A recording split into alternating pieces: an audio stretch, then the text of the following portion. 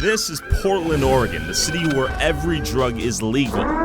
Drug addiction, homelessness, crime. Perhaps a few side effects of decriminalizing every drug, or so I think. Many believe this city is a government experiment gone wrong. But how did this all happen and what can be done to fix it? So I met up with Kevin, a social worker born and raised in Portland whose life mission is to save this city before it's too late. I'm born and raised Portland, Oregon. I've worked in social services a couple decades now, primarily working with the homeless. I have watched as this has grown into a legitimate crisis. I believe we can solve this with just applying a little bit of common sense, a little effort, and a lot of passion. Those are 2 fentanyl users right there. We're already in kind of the heart of it. In this 1 block radius, there's at least 50 camps. You're gonna see a lot of overdoses out here. I carry Narcan, which is an opioid blocker. Because of Measure 110, this decriminalized all drug use. It's now just an open air drug scene. Well, smash and grabs are very common in Portland. We have a lawlessness city now. We have cops that can't even pursue. They're not even really allowed to because it's not serious enough. And we're gonna walk past the Chinese garden here to an encampment.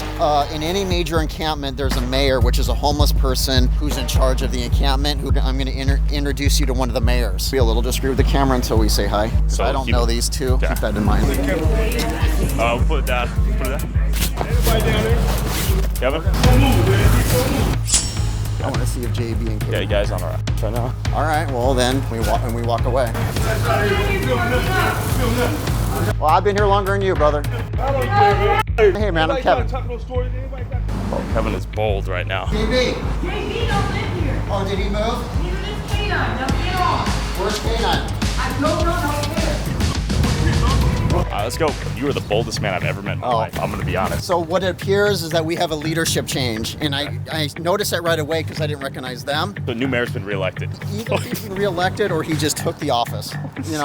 What was the likelihood of him using physical violence to beat her out? Yeah, I'd say there was a high likelihood. Yeah. He did have his knife out, and luckily we got away. Yeah, I've been here multiple times the last couple years, and I've built a really strong rapport with these people. And I've only been gone here for a week. I know of a homeless camp that's about 1.5 miles from here, and a guy has shotguns in the trees where if you step the wrong place, it's going to shoot you.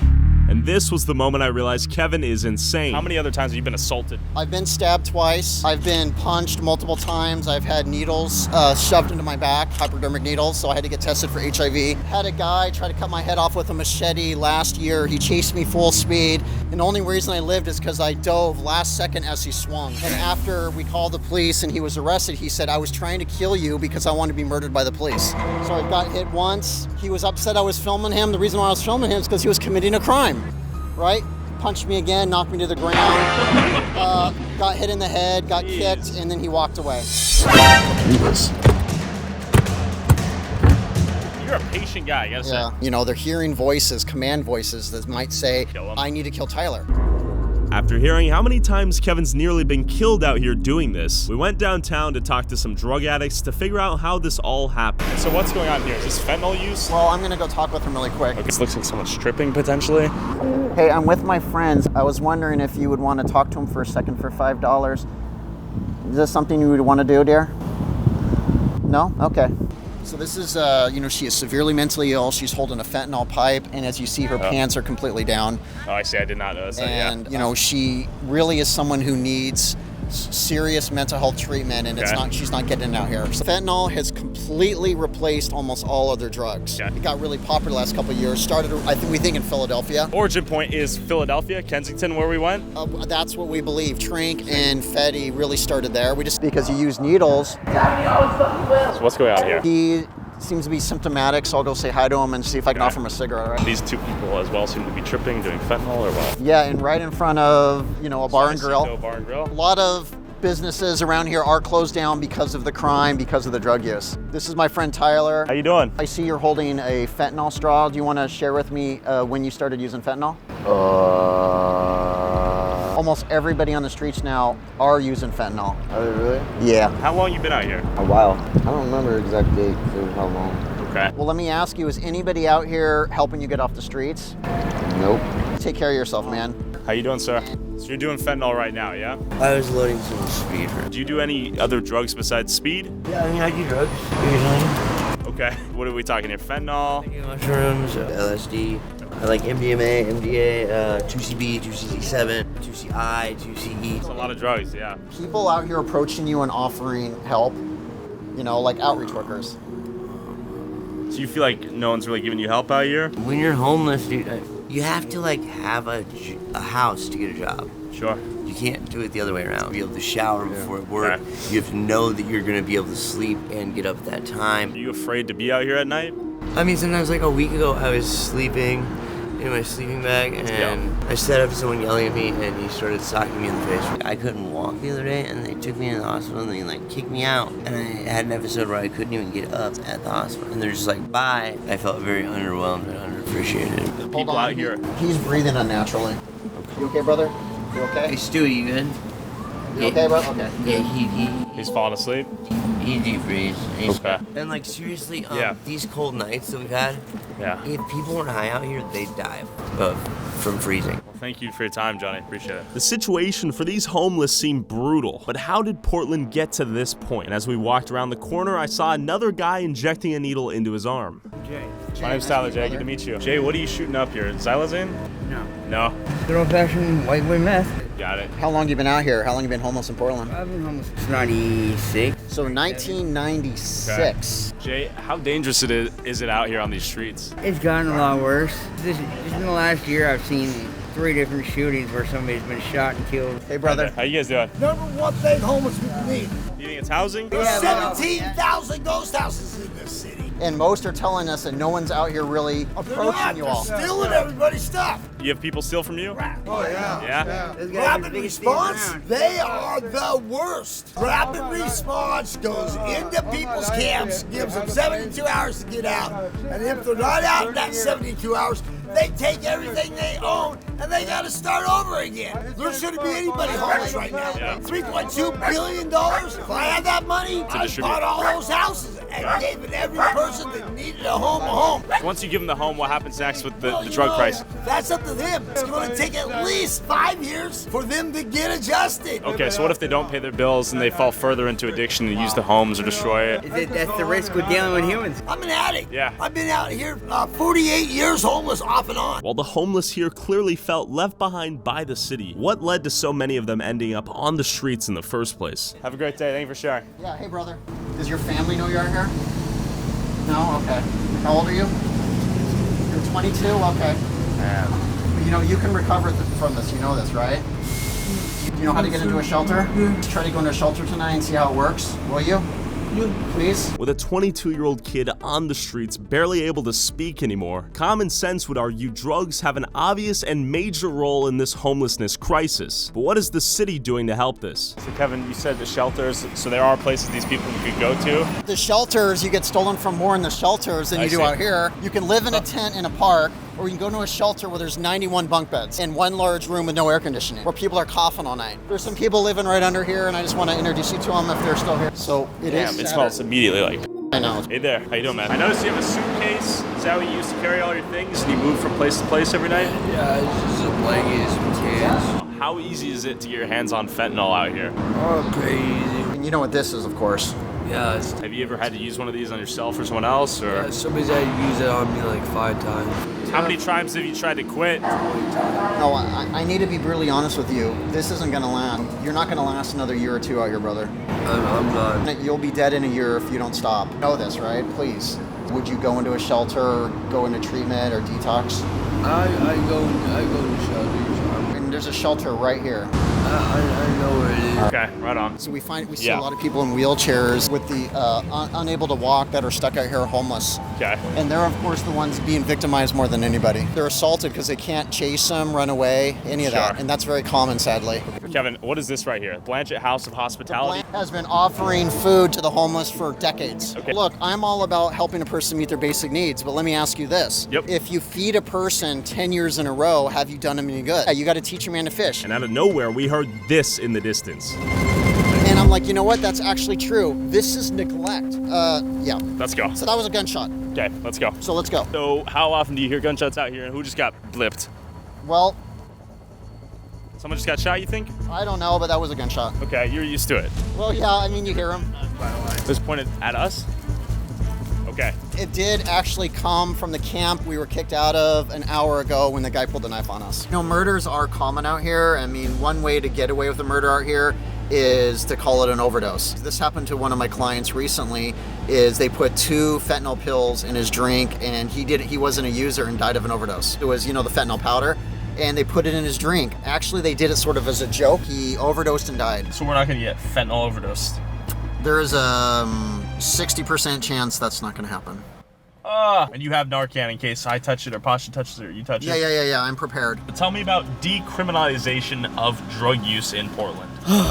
Portland, or really the state of Oregon, decided to decriminalize drugs was because some had argued that we shouldn't make drug use punitive and that we need to offer treatment. And that sounds great. But Portland took inspiration from places like Portugal and the Netherlands, places that successfully decriminalized drugs. But the big difference between them and Portland is that they had rehabilitation systems in place that they proved to work before they did it. Kevin thinks that Portland forgot to include Recovery, detox, treatment, all that stuff that they promised really isn't happening. A person who's using drugs oftentimes have gone through a trauma. And so what they lack is rational thinking. And so people who already make poor choices are unable to really stop using anyway, but now you've given them the freedom to use as much as they want. Sure. And that's terrifying. But why did the people of Portland vote for this? So we went to Fentanyl Fountain to ask the locals their opinion on the decriminalization of drugs. This is the fountain. Now, Fentanyl of Fountain? course, any other day of the week, it's going to be a completely different scene here. Does it get worse throughout the week? Yeah, they come here Friday night and just and sweep everybody and clean it up. Yeah, and then the vendors come here and, you know, set up shop. How long have you been out here in Portland? Almost 20 years. You were here From before and upstate New after York. decriminalization? I was, and it got progressively worse for a number of years, but they're definitely cutting the meth with fentanyl, because there'd be people running around that were really happy in the morning, just losing their shit in the afternoon. How does this place change after today? There are quite a lot of Okay. wandering people who don't have homes that do spend a lot of time here. Definitely have seen a lot of downtown businesses really struggling, not necessarily with the legalization of drugs, but just people camping in their doorway. Have you been in Portland for many years? My whole life. Okay, got it. So you've seen Portland before decriminalization and after? Sure. Have you seen any impact on downtown or? Okay. I hope you guys have an awesome day. Oh, okay. You too. Okay, we're noticing some general resilience, but Well, there is, because Sure. about 60% of the people voted for this I see. measure. They're not going to change their opinion. I feel like the decriminalization of drugs turned into the decriminalization of crime. You know, when you need help, the police don't show up. do you support the decriminalization of drugs here? Yeah, of course I do, because it's no longer like our jails aren't filling up with junkies. Got it, okay. Drugs aren't bad. They're just preferred for the people that can properly use them. Do you use drugs harder than weed out here? Unfortunately, yes. I take breaks. Okay. And not everyone can do that. Out here, I mean, people are still dying. I So- died last week. So you got hit with the Narcan, or? Yes. It doesn't work very well? You said it didn't work. I had to have injectable. Okay, and you almost died? I did die. Oh, you died and you were brought back. Does that scare you, or does it lead you to be like, damn, I should stop using, or is it just so hard to the withdrawal syndromes or whatnot? All three. Yeah, we both died a couple times. That's why we've chosen not to mess with fentanyl anymore. Sure. Hi there. My name's Catherine. I'm currently unhoused because my wallet, ID, and phone were stolen a few months ago. It is impossible to get an ID when you are homeless. I want to work a job. I want to live inside. I was thrown out of my parents' house. I didn't use. They kicked me out for being queer and openly coming out to them. And then I had one argument with her. I told her to F off. The next day, she bought me a Greyhound ticket, sent me here. I have nothing. It's been 3 months since then. I was reported missing by someone on my TikTok account, not by them. They know where I am. They sent me here to be homeless, to die on the streets because I'm queer. I worked at a homeless shelter and came out as a she, they, non-binary, gender-fluid individual. I told them she, they. It's no longer she, her, she, they. And then I was fired. There were a lot of mixed opinions on the legalization of drugs, but the impact on downtown Portland was unavoidable. Baby! How you guys doing? Word! All right. While everyone else was busy getting high, Kevin wanted to show me another camp where someone tried to kill him. Here a few weeks ago, and there was a very unhappy person who tried to physically assault us who was Okay. living here. So that's why I was just saying be a little mindful of that. So look at that. You see those 2 propane tanks? Oh yeah, and that's what causes the tent fires Got it. and the explosions. Hi there. Good to meet Just you. want to learn more about this crisis and kind of where we went wrong. There's a lot of different steps to that Okay. issue. Pretty complex. Yeah, like you know, every other person that walks by is asking for Fetty or whatever. And, Got it. Or blues. Do you feel safe out here? Lately, not so much anymore. And why is that? There's stories about violence against women. Full assault and that sort of thing? Or? Well, not just that, like murder, actual murder. Oh, murder, okay. If we were to go out to where we went earlier today at night, what would we hear, what would we see? You're gonna hear screams, usually sexually assaulted. Okay. You know, I interviewed a homeless guy just a couple days ago. It says, I hear blood-curdling screams every night, and the most terrifying thing is when the screams abruptly stop. There is a known serial rapist that has been going to 10 to 10 at night, raping as many women as he can. I've interviewed 5 different women who have been raped by the same person in the same area. And the police haven't done anything about it? Well, none of the women have pressed charges because they're scared he will kill them. His nickname is the Viper. Life seemed harsh and dangerous for the homeless people in downtown Portland. But without reliable housing to go back to, reporting certain criminals means they'll have to return back to camps to face those who assaulted them in the first place. But what about the homeless people who have moved to the outskirts of Portland? What's going on here? Well, this is the infamous long line of RVs. We're going to be able to count at least 100 of them. Yep. Look at all these RVs. Where are the services that help these people? The fact that there's families out here stuck in RVs in the middle of summer is just really unacceptable. As we drove past hundreds of RVs with homeless families living in cars, I realized that homeless people were living anywhere here to survive. There was a couple families living in these tunnels that kind of go underground Portland. Okay, but even among the homeless, hierarchies, status, and power have developed in unexpected ways. All right, we've made it. Right across the way, these are $1 million condos. It's where the homeless live, and they have the identical view. It's really incredible architecture. Anybody home? Hello? Anybody home? Hello? So no one's home? Probably not. Is it risky for us to be here? Well, yeah, I don't want to invade their space too much. There's like a machete and an axe right there. All right, let's get out of here. And they've kind of finessed the system by not buying $1 million property over here and just, you know, building one instead. So this is literally tens of thousands of pieces of driftwood, and someone has tunneled in, and there's a camp inside of here. Whoa, that's crazy. And they have boats right here to go on the water and explore. Would be like a 600-foot, one-bedroom apartment. So how many people do you think live in these communities with max capacity? I believe about 15. 15. So this is truly the upper elite, the Bill Gates of the homeless out here. Full-on mega mansion, bike in there, mayor presumably of this community. And what makes this extra special is he's the only one with a pier.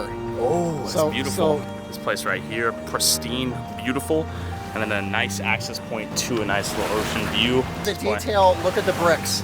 Oh my God, you're right. That's detail, that's incredible. This is crazy. It's very creative what they've done out here. Sure. These are humans. It doesn't matter who you voted for. Can't we all work together? Holy fuck, scared the shit out of me, dude. I'd say if you want real change, vote differently. Vote for the candidates, vote for the people with common sense ideas, the ones actually make a difference. So how could anyone watching help you on your mission? Well, I have a Twitter page, Kevin V. Dahlgren, or just type Kevin Dahlgren and homeless and you're gonna find me. And then truthonthestreets.org is my website. Okay. And of course, I have a YouTube channel called Truth on the Streets. Well, thank you for having us. Thanks, brother, appreciate it. Kevin is my favorite dude ever and is helping make real change. Can we help him get to 100,000 subs and help him save the city of Portland? Thanks, guys. Love you all.